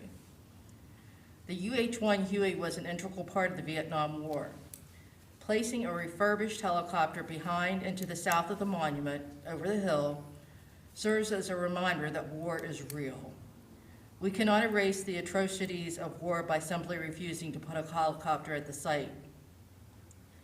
This helicopter represents thousands of veterans who were transported where they needed to fight the battle, or it was a transport vehicle to bring the wounded and the dead to an airport to be sent back home. They say that if we forget the past, we are doomed to repeat it. This helicopter is not intended to be positioned on ground level, as he said, but it will be over the bank, but elevated so hopefully individuals will not be able to vandalize it. In the spring, summer, and fall, with the leaf covering, the helicopter should blend in with the current trees in the park. And we do not anticipate putting additional spotlights on the helicopter. We do not anticipate having any sound associated with the helicopter. It will serve as a silent reminder of one of the most important pieces of equipment used during this war, and everyone who sees it will relive memories of that time in their lives. The placement of a helicopter behind and to the south of the monument will also serve as an educational component for children. Many children have not had the opportunity to travel to museums. When you stand beside or near the helicopter, many will be in awe. And it might encourage some to do more research on the conflict, on the machines used, and maybe, just maybe, they will find a way to bring peace in the future. If you do not own acres of property surrounding your residence, you take the risk of zoning changes, of warehouses being built, of beautiful landscaping and animal habitat being destroyed. Many cannot afford to buy that kind of acreage, but just because their property is in a historic district should not give the residents on South Prospect Street any more privilege and rights than the average citizen of the city of Hagerstown or of Washington County, that nothing in their view will change. The proposal for the new multi-use sports facility that is coming to downtown Hagerstown is a prime example that even if a proposed use causes traffic congestion or that the lights will interfere with a person's private residence, the sports facility has been allowed to move forward. Many ask why we don't put the helicopter somewhere else. Should we favor one veteran service organization having priority over another for this placement? Should we put the helicopter at the airport which causes it to lose all meaning connected with the Vietnam War? The Vietnam Monument is placed in an area of the park that is rarely seen unless driving on Walnut Street. What better placement of the helicopter than at the monument designated to honor and remember the Vietnam veterans? After so many decades of being forgotten by our country, the Vietnam Monument is the place where these veterans deserve to continue to be honored. Nothing changes with the passage of time or how many veterans are still alive. Speaking for myself and my husband, as well as many other veterans, we say this to the Vietnam veterans. We will remember always. We will continue to honor you always. Thank you. Thank you. Thank you. I just want to say that we agree with everything you said regarding remembering the veterans and honoring the Vietnam War. This isn't about that. I mean, what you guys have created, I know it's very personal to you, and it's very beautiful. And I know we spoke on the phone the other day. I live right here. I drive by there every single day of my life. It's beautiful. There's always people there. That's the point of it, is to remember. And I think it does exactly what you set out to do. So I feel like this has gotten very like us versus you guys, or us versus the people in support of that. And, you know, you're right. We talked about the citizens of Hagerstown being overwhelmingly not in support of this, and I understand that this memorial is for everyone, but we were elected to represent the residents of Hagerstown. So we have to listen to our constituents and what they're saying to us as well. So this isn't, you know, a slight on the memorial or a slight on anything you guys have done. It's beautiful, and it's a huge improvement of what was there prior. We agree with that wholeheartedly. It's just we have to look at this, it's city property, and is this the right decision for that space? And we have to take into account, you know, not just our citizens, what we're hearing, but all the aspects of everything we have to look at when we vote on something. I know that you said that you've had letters from both sides. What's the proportion? What's the proportion that's saying they don't want a helicopter there? Is it just the people on South Prospect Street? No, it's not. Well, I know what you're saying because you have a vested interest. You live beside a monument Yeah. or a memorial. I'd like to ask Madam Mayor and Councilwoman Shelley McIntyre. You both attended our second annual event on the original dedication of it. It should have been the third, but COVID knocked us out the year before, so I had a discussion with both of you afterwards and showed you a Photoshop of a helicopter, and both of you told me I needed to get on the agenda, you know. And that was March 29th. And then in August, you all get a 2-page letter of opposition, you know.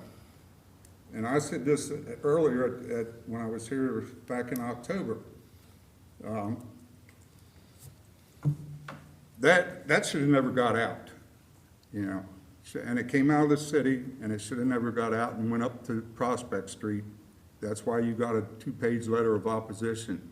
You know, that is the biggest thing that has upset us as an organization, the Joint Veterans Council, which, as I said the last time, I'm now the president of the Joint Veterans Council. You know, I'm not a hostile person. I'm not trying to, be against you. If either way you make your vote, it doesn't matter, I want to see it over there. If it don't happen, it's on you all, it's not on me. And come voting time, next election, I might have to go to, bring it back up to a new mayor and council. So what is the process? So I think what procedurally we need to do is look at how the original monument was voted on, a motion or resolution, we'll find that out. And then bring it up for regular session for a vote and kind of put it to bed at that point in time, whether whether it's an up or down vote. And we'll plan to do that at the regular session for this month. Does that work for you all? Does that work for Mayor? Can I ask for any correspondence under the Freedom of Information Act? It's Like part all of the responses? public record, right? I think I have most of them. Yeah, they've been Yeah. included in Any- the. anything- And it's agenda part of the public, packets. yeah, it would be part Yeah, of the I want public anything- record and anything that- citizen comments. Deals with this helicopter. And I know Councilman Alshire, the last meeting, kept stressing the balloon study, the balloon study, balloon study. Well, it didn't show what obviously you were looking for. That's correct. It did not have the impediment to the line of sight from the Hager House that I was concerned about. That's correct. Right, because I I'm know you can comfortable see, with I that know you issue can now. see from the street now, with the leaves all gone, you can see the Hager House clearly. Yeah. Oh, no, I think I'm comfortable with those things now. I think I've conveyed that. Okay. And I have no problem, I would have no problem sitting down with members of the council and members of the neighborhood and saying, hey, is there some resolution here? Like, I don't have any problem with that. I just feel like that an item of passionate opposition among those separate parties is looking to be arbitrated at this table. And I don't think that after hearing and receiving so much communication from those various sides, that the purpose of this body and the use of our parks are to institute efforts that generate that level of consternation. I feel like that can be resolved, and then if it gets resolved amicably, and we can find a way to resolve that, and the parties come to some agreement, as Councilmember Brucci pointed out, maybe there is some solution, that can be achieved. I don't know what that is, but clearly at this time, after hearing from all sides in various forms of communication, I don't feel like this is that solution. Has there been any communication between your group and the folks on Prospect Street to talk about this No. project? No. It's No, only the been only- done The through only- this The only group? thing that we even found out about that was, I was given a letter after you all received it, several days after it came in to the mayor and council. And I would say all that the we've received complaints- broader communication than that. Yeah. And again, broader communication than from just yourselves Yeah. on the matter, and broader communication than just from people on Prospect on the matter. That's why I say, Okay, I so feel like you I'm want getting other a people- broader array of communication from both sides than just yourselves and just folks that live there, that it just shouldn't reach Yeah. that level, And you know what I mean, of consternation at this table. Right. Before we're asked to arbitrate and decide almost in favor of one side of an argument or the other. We should be able to try and resolve that among the parties that have interest, and then see if we can find a solution. And if that's something you want to do, we could certainly, I don't know that's something that's going to be done in the I think- next 2 weeks. And I would tell you, you bring something to the Right. table, if you bring something to the That's table for me exactly. to vote on, I'm gonna tell you honestly right now, I will not vote on it. I will abstain because I don't feel like what you're bringing me is something that is a city matter. Right. Christian, can I We ask voted you, is this just for the city residents? I mean, there's where I find a problem. If we're just basing it on, not just Prospect Street, but all citizens within the city limits. I live in the city limits by a half a block, all right? Is it open to county? Because most of the names on that monument are county residents. But Or were county residents. with all due respect, and I don't have a dog in this fight, we're gonna do whatever this council directs us to do as a staff. I think I think that, there's not gonna be anybody that disagrees on what that monument means, okay? To anybody, it's not, whether it's county, state, whoever. You've got people that live in that neighborhood that will look at that every day, that will see that helicopter there every day. And that live there with the, because it is a bright monument. And I go by it, I live down the street from her. I go by it every day. And it's a beautiful monument, but you have people that are gonna be looking at it out their back doors every day. And there's a lot, and when you say 200 yards, it's not 200 yards, closer than that. And I think they need to be incorporated in this decision. Maybe they have another thought of what could go there, or some other idea that I think would be a good idea, as the Councilman Alshire said, to hear them out and maybe come together as a group where there is some consensus between the two, and not put it on this body's shoulders to make that decision.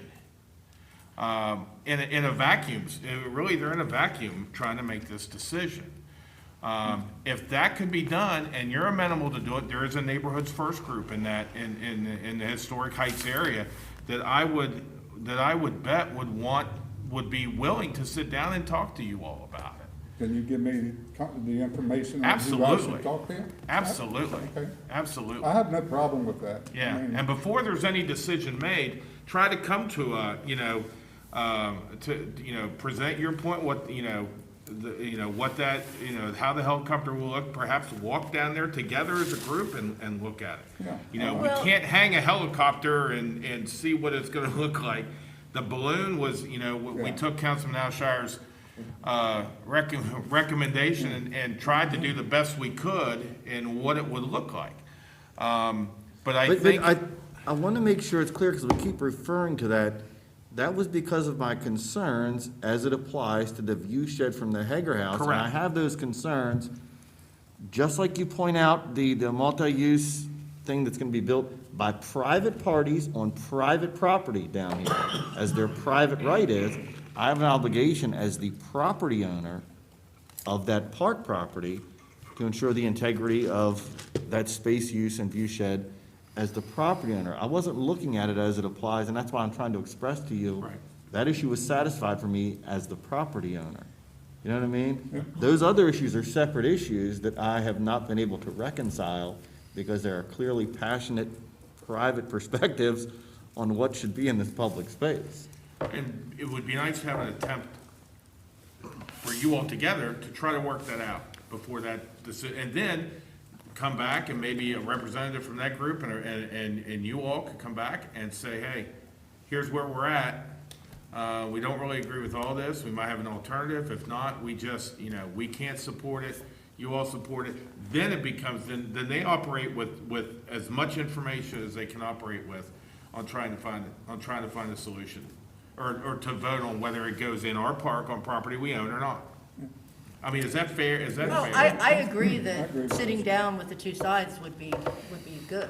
And if I could, as a mediator, if I Bring your could, yeah, this is exactly what I came and what I was doing before coming to council was a mediation. And so they have a free facilitating team that will actually come to a meeting that is set up, and they'll call everybody, and they'll set it up, and they'll find the space, and then they will help you guys make and come to common ground, no matter how long it takes, for free.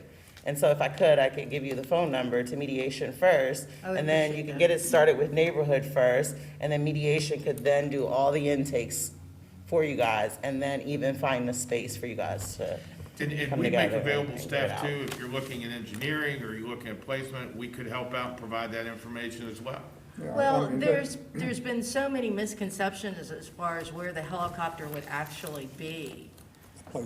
Right. The placement of it, even though we tried to pay someone to do a rendition for us.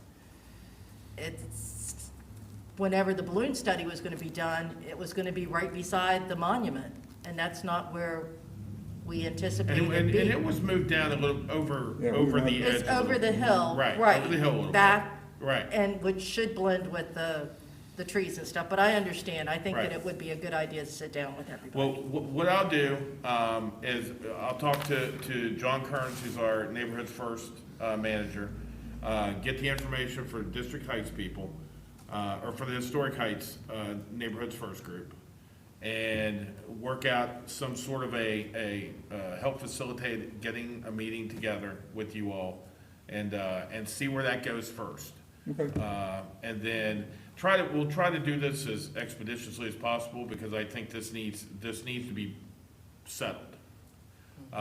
Because we don't want it to become, because the councilman's correct, it's an emotional issue. And the longer it stays an emotional issue, we don't want it to get, too emotional on this. And then we'll get that together, get that information to you, and we'll move forward from there. Fair? And then, yes, I'll need to write down that number or that person. I'll include it. Get it to me, and Yeah, I'll include it. put it on an email to you all, and send it all in one group. Okay, what email do you have for him? Because the I'll Verizon. get it after the meeting. Okay, because So the it Verizon doesn't one broadcast all over the interweb. Okay. That's okay, because we'd only get half of it. Thank you. Okay, thank you Very so good. much. Thank you. City administrator. The city offices are closed on Monday for observance of Martin Luther King Day. Trash schedule for all of our friends on Summit Avenue remains the same, no change. So you put your garbage out Sunday night or Monday night, put it out, it'll get taken. And then 100 miler registration is nearing an end. If you're interested in participating in that program, go to hagerstownmd.org and Parks and Recreation, sign up. It's a great event, and it might help you out at the doctor's office sometime in the future. That's it for me. Takesha. Yeah, I just want to say on Monday, January 17th, Martin Luther King Day, the Robert W. Johnson Community Center, in partnership with Neighborhood First, which is Brother Andy Speak Up, is doing a walk, coffee and conversation from 11 to 11:30, and then a community walk and tour through the Jonathan Street community, and that's on Martin Luther King Day. And so, everyone have a safe holiday. Thank you. Kristen? Nothing. I have just two things.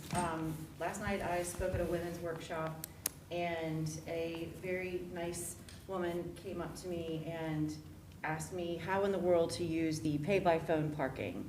She is, elderly and was extremely confused. And so I walked her through, what I could. And today I was at lunch, and someone said that they avoided coming downtown because there was no parking. And they asked if they're, or the parking meters, these paid parking meters, are they everywhere in town? And I said yes. So I don't know if that means we need to do some kind of PSA, if we need to go to the Commission on Aging and do a lesson on paid parking. But I do think that we should probably try to promote that, because people, I hated putting quarters in those things. I hated it. I avoided it. I got tickets over it. So, Me too. yeah, So I think that if there's something that we can do to help promote it, because it is convenient, it's easy, maybe some kind of, I think he's back there, something. And the other thing I want to say is happy birthday, Madam Mayor. Emily's birthday is tomorrow, so, happy 40. birthday. Nice. Not 40. She's not 40, but happy birthday. Thank you. 45. Yes, she's It 45. did go by quick. I am 35 He said today. 45. Thank you. I will be He 36 said tomorrow. 45. Happy birthday. Thank you. birthday. Thank you. Yes. So I just have two things.